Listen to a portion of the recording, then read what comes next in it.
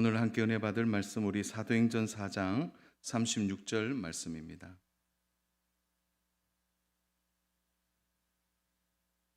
4장 36절 우리 한 줄 말씀인데요. 우리 같이 합독하면 좋겠습니다. 사도행전 4장 36절 말씀입니다. 우리 함께 합독하겠습니다. 구브로에서 난 레위 쪽 사람이 있으니 이름은 요셉이라. 사도들이 일컬어 바나바라. 번역하면 위로의 아들이라 하니. 아멘. 교회 생활에 있어서 가장 많은 부분들이 뭐냐? 이 교회 안에서 상처를 받거나 또 교회 안에서의 관계가 이렇게 틀어질 때 대부분 말입니다. 대부분 말 때문에 상처를 주고 받는 거죠. 그래서 목사님 시험 들었습니다 이렇게 했는데 실제로는 말에 인하여 상처를 받은 것이죠. 그런데 이게 말에 의해 상처를 받았다고 하지만 사실은 여기 하나의 비밀이 숨어 있어요. 그것은 말뿐만이 아니라 우리의 모습에서 우리의 손짓을 통해서 말과 함께 연결되었을 때 더 큰 상처가 오게 돼 있다. 그래서 말로만 상처받는 게 아니라 이미 생각과 마음에서부터 상처를 받게 되는 것입니다. 저도 청소년 시절에 선생님들이 하도 그렇게 얘기하시니까 그게 얼마나 듣기 싫은지, 성이 여시다 보니까 별명이 딱 하나예요. 하나에 두 개예요. 맞춰보세요. 별명이 두 개예요. 여시니까 딱 나오는 게 있죠. 딱 나오는 게 여포. 또 하나가 뭐냐면 여인숙. 이 두 가지는 항상 나오더라고요. 근데 여포는 막 풀어서 놀려요. 여자가 포기한 남자 이렇게 해서. 야, 너는 여자들이 포기했어. 이제 농담 삼아 얘기하면 그게 참 마음이 안 좋더라고요. 성이 여시라서. 어떤 선생님은 저희 미래를 예언하시더라고요. 너는 여신랑이니까 반드시 남신부를 만나야 된다 이렇게 예언한대. 그렇게 이제 놀리는 거죠. 그런데 보세요. 언어만 나가는 게 아니라 뭐가 나가죠? 몸짓이 나가고 그의 생각이 함께 나오게 되는 것입니다. 교회 생활에 있어서 말을 잘한다는 것은 복입니다. 교회 생활에서 어떤 말을 하느냐는 그 교회 전체를 살릴 뿐 아니라 공동체에 큰 덕을 끼치게 되는 것입니다. 그래서 잠언의 말씀 중에 유독 지에서의 말에 대한 구절들이 얼마나 많이 있는지 모릅니다. 그만큼 말은 중요한 것이죠. 노아 홍수가 이제 끝이 나고 세상이 새롭게 시작되었습니다. 노아의 가족들이 새롭게 시작합니다. 8명이. 이때 노아 가족들에게 큰 시험 하나가 찾아오죠. 노아가 포도주에 어떻게 됩니까? 취하여 벌거벗은 채로 실수를 저지르게 되는 거죠. 이때 성경이 하고자 하는 메시지가 드러납니다. 그것은 자녀들이 부모의 실수를 보고 어떤 태도를 취하는가. 한번 우리 귀한 성도 여러분 한번 생각해 보세요. 노아 홍수 이후에 얼마나 다양한 일들이 많이 있었겠습니까? 땅이 드러나고 그리고 새로운 이제 세계가 열린 거지 않습니까? 그러면 성경이 기록하고 싶은 많은 에피소드들이 얼마나 많이 있겠어요. 근데 유독 노아의 실수에 대하여 성경이 드러내고 있는 이유가 뭐냐라는 거예요.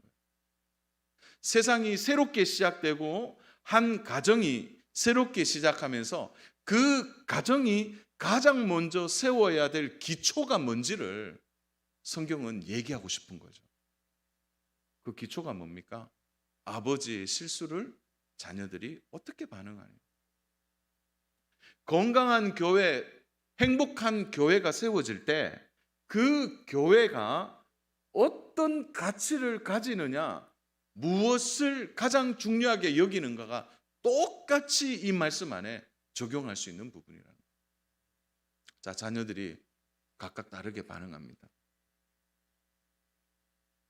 성경은 의도적으로 한 자녀에 대해서 저주를 내뿜고 있는 것이죠. 그래서 사실은 성경이 이 노아의 가정이 새롭게 시작하면서 가장 먼저 세워야 될 기초가 뭐냐? 이렇게 질문했을 때 먼저 답을 주고 있는 것입니다. 그것은 존중이라는 거죠. 존중. 존중한다는 거죠. 사랑하는 여러분, 하나님이 우리를 얼마나 존중한지 아세요?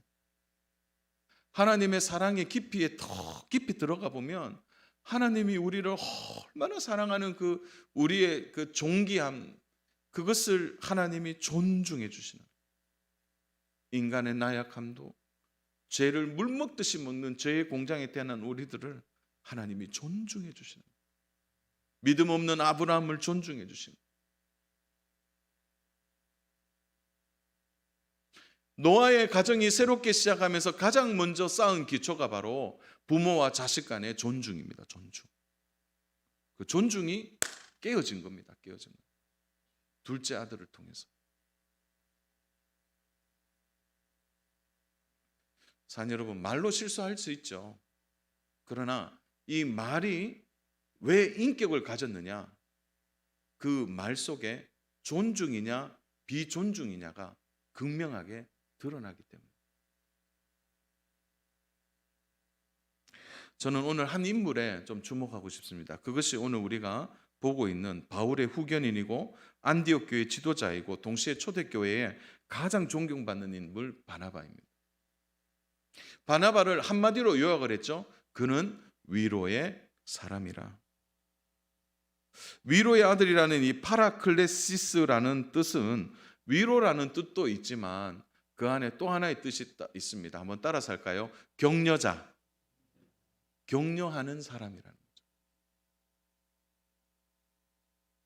오늘 본문은 구브로에서 난 레위족 사람이 있다 이렇게 나오는데, 원래 레위족 속 사람들은, 제사장들은 재산을 가질 수가 없었습니다. 그런데 그의 부모님이 구브로로 이주하면서 어떤 재산을 소유하게 된 것 같습니다.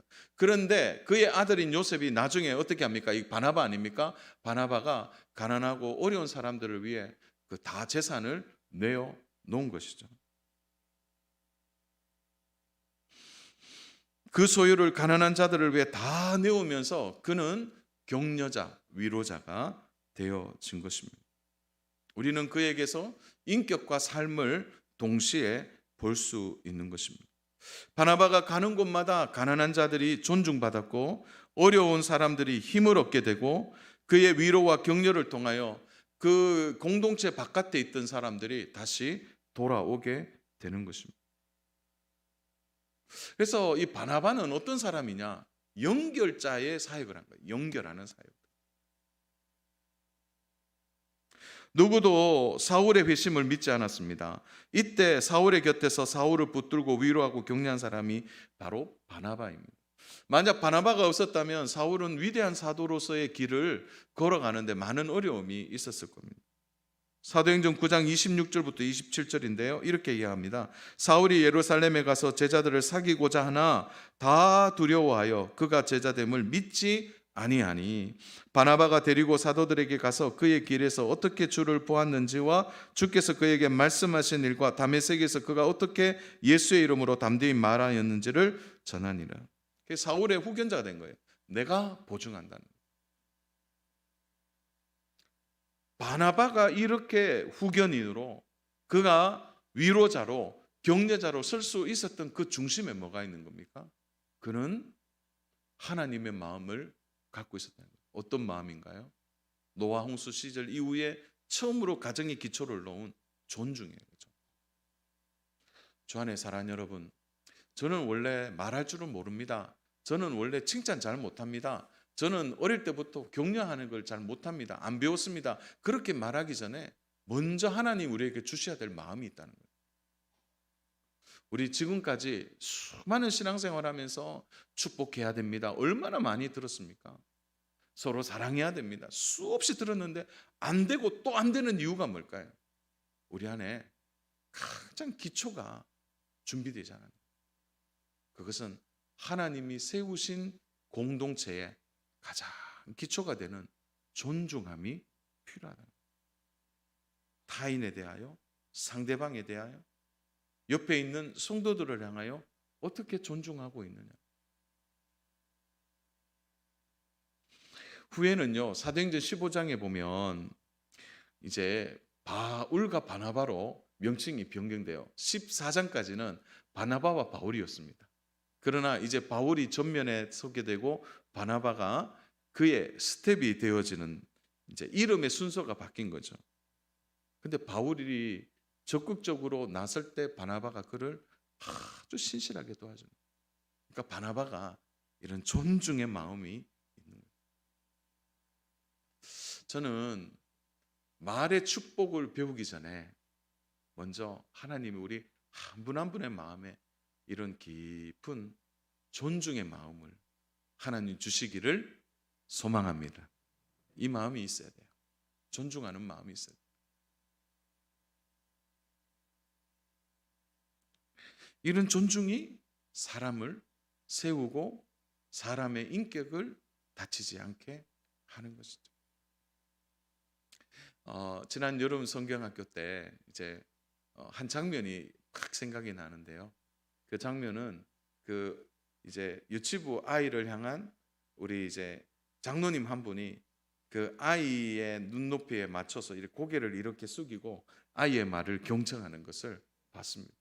그게 존중이죠. 그게 존중입니다. 저는 교회가 존중하는 마음이 굉장히 이 성도들 안에서 중심이 되면 교회 안에서의 말의 실수는, 교회 안에서의 시험 드는 일은 너무너무 줄어든다고 확신합니다. 마키아벨리라는 그 이탈리아의 르네상스 시대의 대표적인 정치가가 있습니다. 여러분 군주론이라는 책을 아마 들어보신 적이 있는데 탁월한 리더이죠. 그가 이런 얘기를 한 적이 있었습니다. 그는 당근과 채찍 중에 채찍이 사람을 바꾼다고 생각을 했어요. 그래서 사람을 훈련시키고 채찍을 더 가하면 효과적으로 사람은 바뀌게 된다는 거예요. 이것을 조금 이제 무식하게 말하면 이렇게 되는 거예요. 사람은 맞으면 변화된다는 거죠. 그런데 진짜 그렇습니까? 요즘 그거는요 듣지 않습니다. 그 맞는 그 순간 존중함이 사라지는 거예요. 물론 성경 잠언에 보면은 경책하라고 나옵니다. 가르치고 책망하고 또 매로 다스리라고 나와요. 그러나 우리가 이 일에 대해서 먼저 기억해야 될 것은 충분한 존중이 있느냐라는 거예요. 최근에 이의 말에 많은 사람들이 반발하죠. 채찍이 아니라 당근이래, 당근. 칭찬과 격려가 결국 존중의 마음이 사람을 변화시킨다는 거죠. 왜 그렇습니까? 사람은 영적인 존재예요. 여러분 짐승은요 채찍으로 하면 그는 제주를 해요. 짐승은 들어요. 그러나 사람은 그렇지 않다. 교회 안에서도 공동체 안에서도 마찬가지예요. 부모와 자식 사이에도 마찬가지인 거예요. 존중의 마음이 먼저 있어야 됩니다. 미국의 존경받는 대통령 링컨이 암살을 당하고 그의 유품을 이제 정리를 했습니다. 암살 당하는 날 그의 옷에 있었던 소지품을 공개한 적이 있는데요. 소지품 안에 손수건이 나왔고 동전이 나왔습니다. 그리고 지갑이 나왔는데 지갑 안에 조그마한 종이 하나가 이렇게 접혀져 있는 거예요. 얼마나 봤든지 그 접혀진 부분이 다 낡아 있는 거죠. 한 신문 기사를 오려놓은 것을 거기에 접어놓은 것입니다. 그 신문 기사는 오래전 영국의 존 브라이트라는 정치인이 인터뷰한 내용 중에 한 단락이 오려서 링컨이 넣고 다닌 거죠. 그 단락에 뭐가 적혀 이렇게 되겠습니다. 링컨은 이 시대를 통틀어서 최고의 훌륭한 지도자이다. 존 브라이트가 그 링컨을 평가하는 그 말을 링컨이요 그걸 오려갖고 늘 봤다는 거예요. 이게 뭡니까? 링컨을 존중하는 거예요. 우리는 교회 안에서 격려하고 위로하는 말을 많이 해야 된다는 건 알고 있습니다. 그러나 그것보다 더 중요한 일을 놓치고 있는 거죠. 그것은 얼마나 우리는 존중하고 사느냐. 바나바와 같은 이 바나바, 위로, 격려, 그도 어떻게 합니까? 존중으로 시작하는 것이죠. 사랑하는 여러분, 우리 교회는 참 좋은 교회예요. 저기 새가족 분들이 오시면 우리 교회 분위기가 너무 좋대요. 오늘은 아멘 안 하기로 작정하셨어요? 오늘 1부 때도 2부 때도 아멘을 안 하시는데, 예, 이게 마스크가 참 문제인 것 같아요. 하루속히 마스크 벗는 날이 올 줄로 믿습니다. 아멘도 막 신나게 했으면 좋겠어요. 너무 좋대요. 근데 들어오면 분위기가 느껴지는 거죠. 어떤 교회는 그렇대요. 들어가면 다들 이런대요. 그런 교회가 있습니다. 너무 놀랬대요. 우리 교회 왔는데 로비에 들어갔는데 양복 입은 분들이 막 인사를 하더래요. 나를 어떻게 아는지. 그냥 로비 또 지나가니까 사람들이 지나가면서 안녕하세요, 안녕하세요. 그리고 심지어 어떤 분들은 밥을 먹고 가라고 막 얘기한대요. 그 낯선 분한테. 그게 가능한 이유가 뭐죠? 그게 우리 교회 분위기라는 거예요. 저는 오늘 점심 너무 맛있었습니다. 오늘 국이 최고였어요. 오늘. 정말 감사한 일이죠. 그게 하나하나 존중이에요. 존중. 쌓이는 것입니다. 사랑하는 여러분, 예수님의 제자 베드로가 베드로전서 3장 8절에서 9절에서 이렇게 말했습니다. 우리 같이 한번 읽어보면 좋겠습니다. 마지막으로 말하노니 너희가 다 마음을 같이하여 동정하여 형제를 사랑하며 불쌍히 여기며 겸손하며 악을 악으로 욕을 욕으로 갚지 말고 도리어 복을 빌라. 이를 위하여 너희가 부르심을 받았으니 이는 복을 이어받게 하려 하심이라. 얼마나 베드로가 잘 정리했다고 생각합니다. 그 마음을 같이하여 형제를 사랑하며 불쌍히 여기며 겸손하며, 다 뭡니까? 존중하는 것이죠. 그 뒤에 복이 빌어지는 것이죠. 그러니까 9절에 뭡니까? 악을 악으로 욕을 욕으로 갚지 말고 도리어 복을 빌라. 그것이 우리의 부르심이라는 거예요. 저는 오늘 성도분들에게 축복하는 말을 많이 하십시오라고 권면하고 싶지 않습니다. 왜냐하면 이 얘기는 수없이 들었거든요. 우리가 신앙생활하면서 이런 말씀 많이 들었습니다. 그럼에도 불구하고 우리가 바뀌지 않는 이유가 뭘까요? 우리의 근원에 있는 존중하는 마음이 훼손되었기 때문에 그렇습니다. 오늘 부부 관계도 마찬가지죠. 존중이 사라지니까 훼손되는 거죠. 저는 오늘 두 가지의 좀 키워드를만 얘기하고 우리가 언어 생활에 대한 실천은 또 시간 나눌 때로 좀 하면 좋겠는데요. 첫 번째가 존중하고 있느냐는. 또 우리의 언어 생활의 가장 큰 문제점 또 하나는 뭐냐? 그것은 우리 안에 있는 편견이라는 거죠. 편견. 최근에 그 방영된 드라마, 되게 인기 있는 드라마가 있었는데요. 그게 바로 이상한 변호사 우영우입니다. 혹시 이 드라마 보셨습니까?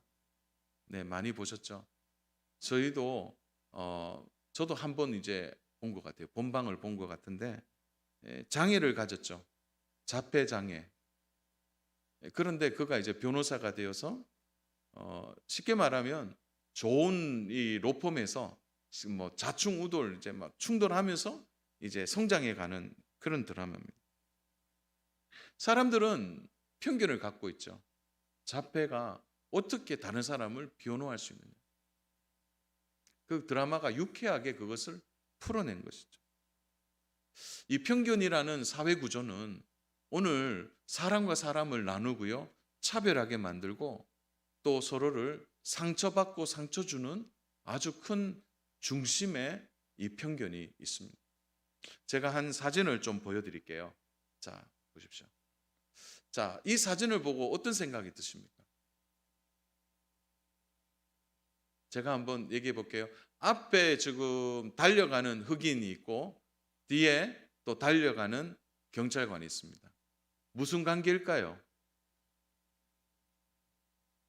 한번 얘기해 보십시오. 네? 앞에 뒤에 혹시 제가 한번 풀어볼게요. 앞에 흑인이 지금 도망가고 경찰관이 흑인을 잡으러 간다. 그렇게 생각하십니다. 네네. 그랬어요. 네. 두 사람 상관없다. 네, 상관없다. 네. 또 두 사람은 동료인 것 같다. 네네. 근데 이 사진이 유명한 사진인데요. 앞에 가는 흑인은 사복 경찰입니다. 뒤에는 정복 경찰이에요. 이 두 사람은 지금 앞에 있는 범인을 잡기 위해 함께 달려가고 있는 거죠. 근데 우리 안에 어떤 편견을 딱 가지고 있냐면 한번 사진 다시 띄워줄 수 있겠어요? 어떤 편견이 있냐면 흑인은 범죄할 가능성이 높다. 그리고 보니까 작업복을 입었죠. 그러니까 분명히 공장에서 일을 하다가 도망가고 있다. 그 뒤에 백인 경찰은 이 흑인을 잡기 위해 뛰어가고 있다. 우리 안에 뭐가 있는 거죠? 이미 선입견의 편견을 갖고 있는 것입니다. 근데 이 둘은 바로 경찰입니다. 상관없다 이렇게 말씀하는 분도 굉장히 탁월한 통찰력인 것 같아요. 그러나 이 둘은 한 곳을 향하여 나가고 있습니다. 편견이 우리의 마음을 얼마나 치우치게 만드는지를 보여주는 것입니다. 예수님께서 어느 날 고향 나사렛을 방문하셨습니다. 안식일 날 회당에서 가서 가르쳤는데요. 지혜롭고 능력 있는 말씀에 모든 사람이 놀랐습니다. 그런데 어떻게 반응합니까? 마가복음 6장 2절입니다. 우리 같이 마가복음 6장 2절 말씀을 우리 같이 한번 읽겠습니다. 마가복음 6장 2절입니다. 우리 한번 띄워 주시겠어요? 아니 제가 말씀을 읽어 드릴게요.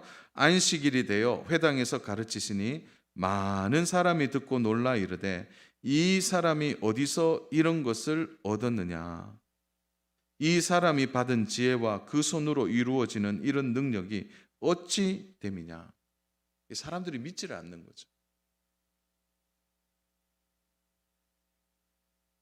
이미 고향 나사렛의 사람들은 편견을 갖고 있습니다. 이미 예수님에 대한 소문은 익히 들었어요. 많은 병자들을 고치시고 귀신을 내쫓으시고 풍랑과 바다를 잔잔케 하신 놀라운 이적을 행하셨다는 것을 그들은 들었다는 거죠. 그러나 들었음에도 불구하고 나사렛의 사람들은 그것을 그대로 받아들이지 못하고 어떻게 합니까? 심한 편견 속에서 예수님이 직접 가르치심에 놀라고 그 예수님의 그 지혜로운 말씀에 놀라면서도 그들의 편견을 이길 수가 없는 거예요. 오히려 뺏어간 것입니다. 마가복음 6장 3절입니다. 마가복음 6장 3절. 이 사람이 마리아의 아들 목수가 아니냐? 야고보와 요셉과 유다와 시몬의 형제가 아니냐? 그 누이들이 우리와 함께 있지 아니하냐 하고 예수를 뺏어간지라. 여기서 중요한 단어가요. 이 사람이라는 단어. 이 사람이. 제자들이 예수님을 만날 때 선생님이요 라는 데요. 또 병자들이 예수님 볼 때 랍비요. 그런데 나사렛 사람들은 이 사람이 이렇게 얘기합니다. 야, 나와 함께 어울렸던 그 사람이 뭘 행하겠냐는 거예요. 이게 편견인 거죠. 존중하는 마음이 전혀 없는 거죠. 결국 예수님이 어떻게 하십니까? 마태복음 13장 58절에 보면 그들이 믿지 않음으로 말미암아 거기서 많은 능력을 행하지 아니하시니라. 편견이 무서운 게 이런 겁니다. 그러니까 교회 안에서의 이 언어 생활에 있어서 가장 먼저 우리가 바꿔야 될 것이 존중하는 것. 또 하나가 편견에 사로잡히지 않는 것. 사울에 대한 편견도 마찬가지죠. 바나바가 없었다면 사울은 청거되지 않았을 것입니다. 심리학에서 그 낙인 효과라는 말을 자주 사용합니다. 이게 뭐냐면 다른 사람으로부터 부정적인 낙인을 찍음으로써 실제로 그렇게 된다는 현상이라는 거죠. 안 돼, 저 사람은. 그러니까 사람들이 마음속에 그런 마음을 딱 갖고 있는 거예요. 야, 저 사람은 안 된다. 뭘 해도. 낙인 효과라는 거죠. 더군다나 그 사람이 나쁜 죄를 지어서 어디에 갔다 왔으면 사람들은 그 과거 경력을 자신의 편견 속에 딱 두고 그 사람을 쪼개어 판단하게 되는 것입니다. 그런 편견의 마음이 있는데 무슨 축복의 말이 나오겠습니까? 존중하지 않는 마음인데 겉으로는 복을 빌지만 그것이 그들의 몸짓과 눈짓에서 드러날 때 오히려 상대방은 상처를 받게 된다는 거예요.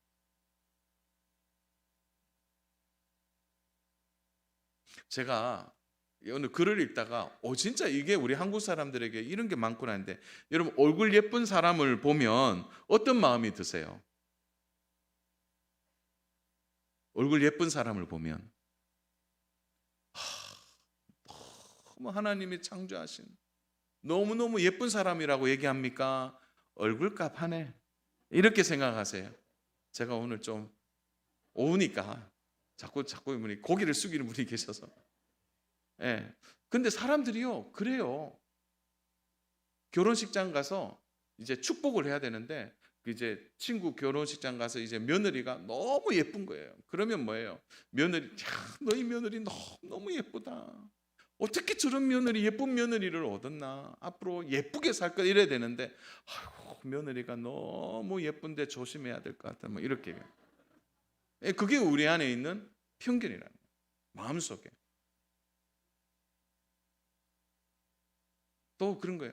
또 뭐 며느리가 공부를 많이 했대. 박사래. 그러면 뭡니까? 어머나, 그 가문에 좋은 박사님이 들어와서 그 가문이 더 참 복을 받았네 이렇게 해야 되는데, 여자가 무슨 박사까지 했다고 그러나? 아이고, 나중에는 부모님 위에 올라가겠네. 그런 생각을 해요. 그 제가 심한 얘기입니까? 이게 편견이라는 거예요. 편견. 교회 안에서도 이런 편견이 있을 수 있다는 거예요. 많이 배운 사람이 있으면 얼마나 귀합니까? 그 배움이 교회에 덕을 끼치고 공동체를 귀하게 하는 거예요. 그런데 많이 배운 분이 일을 하면 배운 척하네 뭐 이렇게 한다든지, 그렇게 하시면 안 된다는 거예요. 주 안에 사랑하는 여러분, 여러분들은 다 예뻐서 이런 얘기 많이 들으셨죠? 너무 예쁜데 참 걱정이다 이런 얘기 많이 들으셨죠? 축복하셔야 돼요. 그래서 오늘 저는 좋은 것을 볼 때 믿음으로 반응하는 것이 건강한 성도의 태도라는 거예요. 예쁘면 예쁘다고 반응하는 거예요. 공부를 많이 했으면 존중해주고 인정해주는 것으로 반응하는 거예요. 어설픈 분들 있잖아요. 뭘 해도 이렇게 잘 안 되는 분이 있으면 우리 꼭 그런 말 하잖아요. 뭘 해도 그렇게 하지 마시고, 그때는 한마디만 하면 돼요. 아예 말을 안 하는 게 제일 좋고요. 그때는 이렇게 얘기하면 열심히 하시네요 이렇게만 해도 돼요. 우리 안에 존중과 편견이 어떤 축복의 말보다 먼저 준비되어야 하는 것입니다. 우리는 좋은 것을 보면 기뻐하고 즐거워하기보다 우리의 마음에 불평과 또 믿음으로 반응하지 않는 우리의 부정적인 마음이 있습니다. 사랑하는 여러분, 제가 오늘 비결 하나 가르쳐 드릴게요. 멋진 비결인데요. 내보다 다 잘 되는 사람들 있잖아요. 그런 사람들 보면 축복하실 때 나한테는 그런 기회도 안 오고 나한테는 이렇게밖에 안 되나, 그렇게 하지 마시고 그런 분들 보시면서 축복하면서 한번 따라서 할까요? 다음은 내 차례다. 그리고 예를 들어 어떤 분이 좋은 진짜 잘 돼서 차를 샀잖아요. 아유, 저 차 뭐 저렇게 비싼 차 생각하지 말고 슬쩍 가서 그 차 뒤를 만지면서 다음은 내 차다 이렇게. 그게 축복이죠, 그게. 예. 그러니까 나는 안 돼. 그게 믿음으로 반응하지 못하는 거예요. 그래서 교회 안에 좋은 일들이 많잖아요. 어떤 성도가 좋은 집으로 이사 가고, 어떤 성도가 사업이 잘 되고, 어떤 성도가 뭘 해서 잘 되면 그때 믿음으로 반응을 할 때 좋게 반응한 거예요. 어머, 저분 너무 행복하겠다, 즐겁겠다. 하나님, 다음은 내 차례입니다. 이렇게 축복하고 격려하는. 그래야 편견에서 나올 수 있는 거예요. 그 어떤 분이 너무 잘 되니까 혹시 뭐 뒤에서 꼼수를 썼나? 뒤에서 뭘 해서 저렇게 됐나? 우리의 편견이 얼마나 우리를 사로잡고 있는지 모릅니다. 교회 안에 곳곳에 그 일들을 보게 되는 거예요. 저는 천선적으로 좋은 성품, 좋은 성격이 있다고 저는 전적으로 믿지 않습니다. 왜냐하면 성령님은 우리의 성품을 바꾸세요. 성령님은 우리의 인격을 아주 고상하게 만들어 주시고 새롭게 하시는 분이에요. 물론 우리가 재성을 갖고 있기 때문에 우리의 좋은 성품도 조금 나을 뿐이고 조금 덜할 뿐이에요. 그러나 그것을 뛰어넘는, 편견을 뛰어넘고 존중하는 깊은 그 마음을 가지는 일은 성령님이 우리에게 주시는 마음이라는 거죠. 그 마음을 위하여 기도하십시오. 하나님, 내가 어떤 말을 해야 축복의 말을 할까요? 그 이전에 하나님, 나는 정말 존중하는 귀한 마음을 갖고 있습니까? 바나바처럼 위로하고 격려하고 존중할 수 있는 마음입니다. 하나님, 나는 편견에 사로잡히지 않고 그 성도들을 바라보고 그들에게 일어난 일을 축복할 수 있느냐는 거죠. 이렇게 될 때 하나님이 진정한 축복을 공동체 안에 유통하게 하신다고 확신합니다. 말씀을 정리합니다. 사랑하는 여러분, 축복은 누구나 할 수 있습니다. 그러나 그 축복이 참되게 되기 위하여 우리는 두 가지의 고개를 넘어야 합니다. 하나는 내 안에 깊은 존중의 마음이 있는가? 또 하나는 내가 편견을 갖고 있지 않는가? 오늘 이 두 고개를 잘 넘어가시는 저와 귀한 성도님 되시기를 주님의 이름으로 축복합니다. 마지막으로 혹시 말로 인하여 상처를 받은 우리 직분자분들이 있습니까? 혹여나 시험 들어서 지금 좀 힘든 시간을 지내는 분들이 있습니까? 만약에 그런 분들이 있다면 제가 기독심일보 2021년 8월 23일자에 이런 글이 좀 실려서 있는데 잠깐 소개하고 마칠까 합니다. 상처를 받았다면 또 그 사람으로 인하여 큰 아픔을 경험했다면 어떻게 할 것인가? 첫 번째, 그 상처를 먼저 적어 보는 것입니다. 감정보다는 이성적 판단을 먼저 하는 것입니다. 내가 어떤 것 때문에 상처받았지? 적어 보면 분별이 된다. 그분이 어떻게 나한테 말했는지. 두 번째로는요, 하나님이 나를 어떻게 용서하셨는지를 알려주는 성경 구절을 찾아 묵상하는 것입니다. 주님도 나를 용서하셨는데. 창세기 39장부터 45장에 나오는 요셉과 그 형제들의 이야기를 읽으면서 요셉이 이들을 어떻게 용서하셨는지를 묵상하는 거예요. 처음에는 적어보는 거예요. 내가 어떤 말로 상처받는지. 두 번째는 그걸 분별하면서 하나님이 나를 어떻게 용서하셨는지를 생각하는 거예요. 세 번째, 용서에 대하여 하나님께 구체적으로 기도하며 요청하는 것입니다. 당사자가 직접 사과하지 않아도 마음속으로 모든 사람들을 용서할 수 있는 능력을 달라고 하나님께 기도하는 것입니다. 어떤 분들은 그래요. 언제 오나? 언제 와서 용서를 비나? 그거 아니라 먼저 하나님께 요청을 하는 거예요. 그렇게 할 때 우리의 마음의 상처가 치유되는 것입니다.